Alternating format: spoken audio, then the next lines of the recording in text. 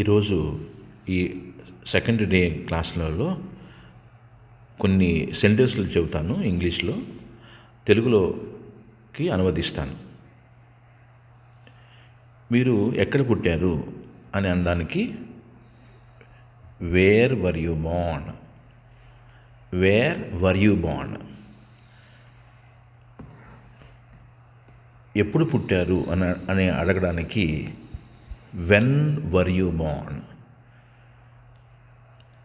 When were you Born.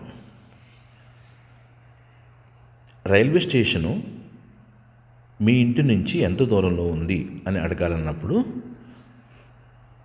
How far railway station is away from your home, how far railway station is away from your home.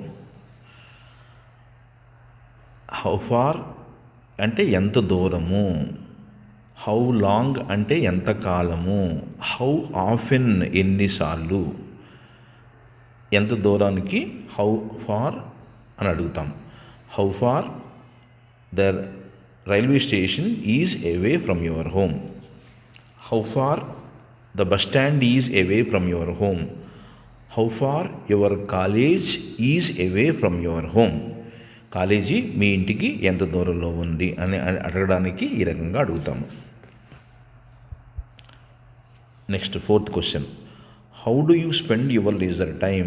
మీ ఖాళీ సమయాన్ని మీరు ఎలా వినియోగిస్తారు, ఎలా గడుపుతారు, మీ ఖాళీ టైంని ఎలా గడుపుతారు అని అడగడానికి how do you spend your leisure time అని అడుగుతాం. నెంబర్ 5, ఎప్పుడన్నా తాజ్మహల్ చూశారా అని అడగడానికి have you ever seen the Taj Mahal, have you ever been to Mumbai. ఎప్పుడన్నా ముంబై వెళ్ళారా, have you ever been to Mumbai.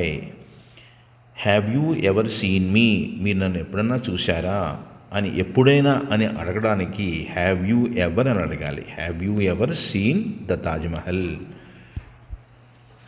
6th question, మీ విద్యా అర్హతలు ఏమిటి.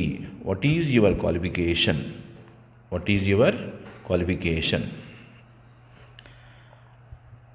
7th question, how am I looking. నేను ఎలా ఉన్నాను, నేను ఎలా కనిపిస్తున్నాను అని అడగడానికి హౌ ఆమ్ ఐ లుకింగ్.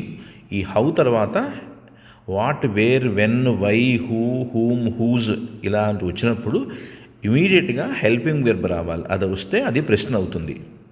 అది కనుక వెంటనే ప్రొనౌన్ వస్తే అది స్టేట్మెంట్ అవుతుంది. హౌ యామ్ ఐ లుకింగ్, నేను ఎలా కనిపిస్తున్నాను. 8th question, why are you angry with me. నేనంటే నీకు ఎందుకు కోపము, నా మీద ఎందుకు కోపంగా ఉన్నావు అని అడగడానికి why are you angry with me అని అడుగుతాం. 9th question, do you know that Ravi stays in our college. నీకు తెలుసా రవి మా కాలేజీలో ఉంటాడని. డూ యు నో అంటే మీకు తెలుసా, దాట్ ఏంటంటే Ravi stays in our college, Ravi మా కాలేజీలో ఉంటాడన్న సంగతి మీకు తెలుసా అని అడగడానికి డూ యు నో అని అడుగుతాం. మనం ఏదన్నా చింతించే విషయము, బాధపడే విషయం చెప్పేటప్పుడు సారీ టు రిమైండ్ యూ, గుర్తు చేయడానికి బాధపడుతున్నాను. రిమైండ్ అంటే గుర్తు చేయడం. Sorry to remind you of your failure. మనం ఒకరితో సంభాషిస్తున్నప్పుడు వాళ్ళ గతంలో జరిగిన ఫెయిల్యూర్ని మనం అనుకోకుండా వాళ్ళకి గుర్తు చేయవలసి వచ్చినప్పుడు sorry to remind you of your failure అని మనం చెబుతాం.